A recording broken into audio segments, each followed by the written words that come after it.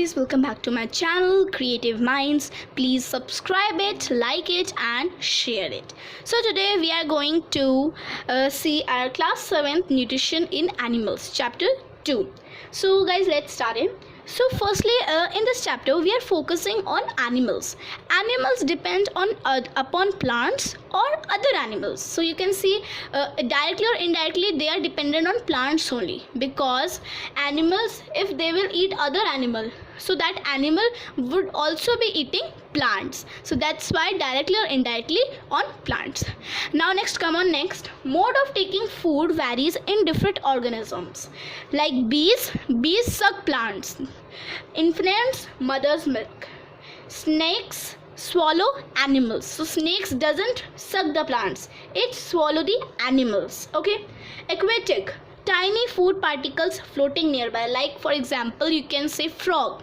If frog will see one mosquito flying, so he will eat that. Okay, so now let's come on next. So our next is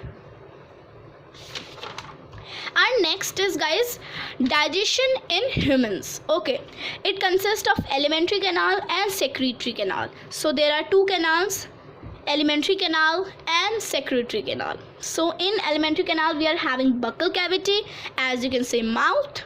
Esophagus means food pipe.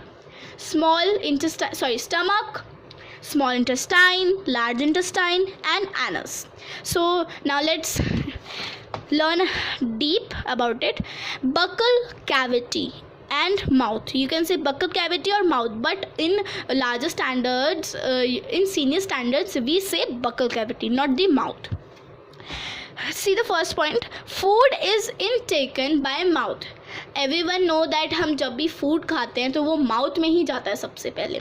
Process of intaking food into body is called indigestion. यानी जो process हम food को इनटेकिंग करते हैं, food को अंदर लेते हैं, उस को क्या कहते हैं? इनडाइजेशन.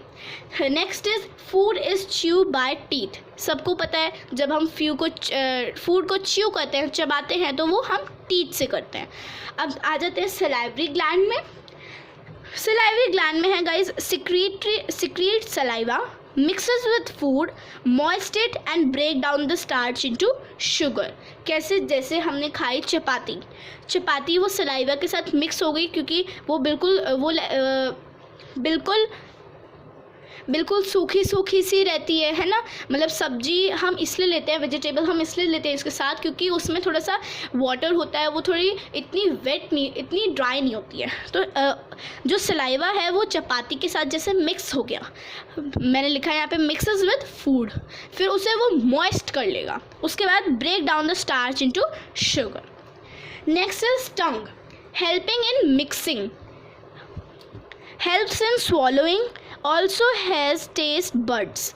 देखो जो हमारा टंग होता है वो हमें उसके अंदर टेस्ट बर्ड्स होते हैं. हमने जैसे मैंगो फ्लेवर का जूस पिया, लेकिन अगर हम टंग नहीं होगी हमारे पास, तो हमें कैसे पता चलेगा उसका टेस्ट कैसे आएगा? उसका टेस्ट हमें कैसे पता चलेगा? हमारे पास हम इसलिए जान जाते हैं कि वो मैंगो शेक है, क्योंकि हम अपनी टंग से उसे टेस्ट कर लेते हैं.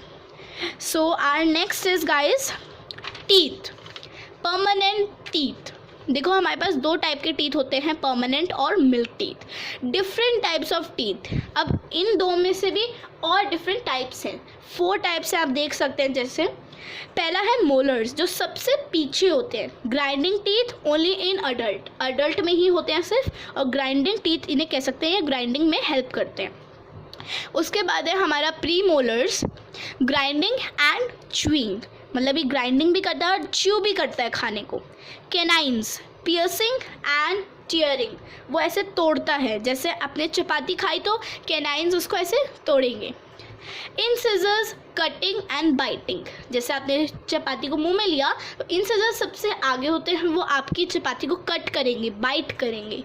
ओके, जिससे आप बाइट करते हैं उसे हम इंसिजर्स कहते हैं.